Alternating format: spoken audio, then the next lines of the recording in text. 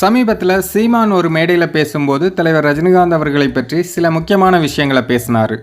சீமானா இப்படி பேசுகிறாரு அப்படின்னு தலைவரோட ரசிகர்கள் எல்லாருக்கும் கொஞ்சம் அதிர்ச்சியாக கூட இருக்கலாம்.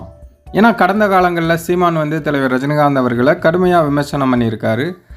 ஆனால் சமீப காலமாக பார்த்தீங்கன்னா தலைவர் ரஜினிகாந்த் அவர்களை பயங்கரமாக புகழ்ந்து தள்ளுறாரு. அதுவும் தலைவர் ரஜினிகாந்த் அவர்களை சந்தித்த பிறகு அவர் நிறைய இடங்களில் பேசும்போது தலைவரை பற்றி வானலாவை புகழ்ந்து பேசியிருக்காரு.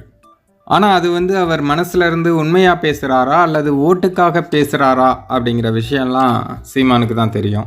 இப்போ கூட அந்த மேடையில் சீமான் என்ன பேசியிருக்கார் அப்படிங்கிறத இந்த வீடியோவில் ஜாயின் பண்ணுறேன். பாருங்கள், பார்த்துட்டு உங்களுடைய கருத்தை கமெண்டில் சொல்லுங்கள். நேரில் ஐயா ரஜினிகாந்த் அவர்களை பார்த்தேன். தூரத்தெல்லாம் பார்த்துருக்கோம். அப்போ நேரில் 2.25 மணி நேரம் 2.5 மணி நேரம் போயிட்டு இருந்தோம். அவருக்கு இருக்கிற இந்த ஆர்வம் இவ்வளோ படம் நடித்து இவ்வளோ சாதித்த பிறகும் புதிதாக ஒன்றை தெரிந்து கொள்றதுல அவருக்கு இருக்க ஆர்வத்தை பார்க்கும்போது இவர் ஏன் ஜெயிக்க மாட்டார் அப்படின்னா நமக்கு தோணுது. என்னை ஈர்க்க வச்சுட்டு சிமந்தில் வந்துடுறேன் அப்படின்னு போகும்போது அதே அந்த படத்தில் பார்க்குற மாதிரி அதே வேகம் நடை, அதே வேகம் இதை பார்க்கும்போது இவ்வளவு சுறுசுறுப்பாக இருக்கு.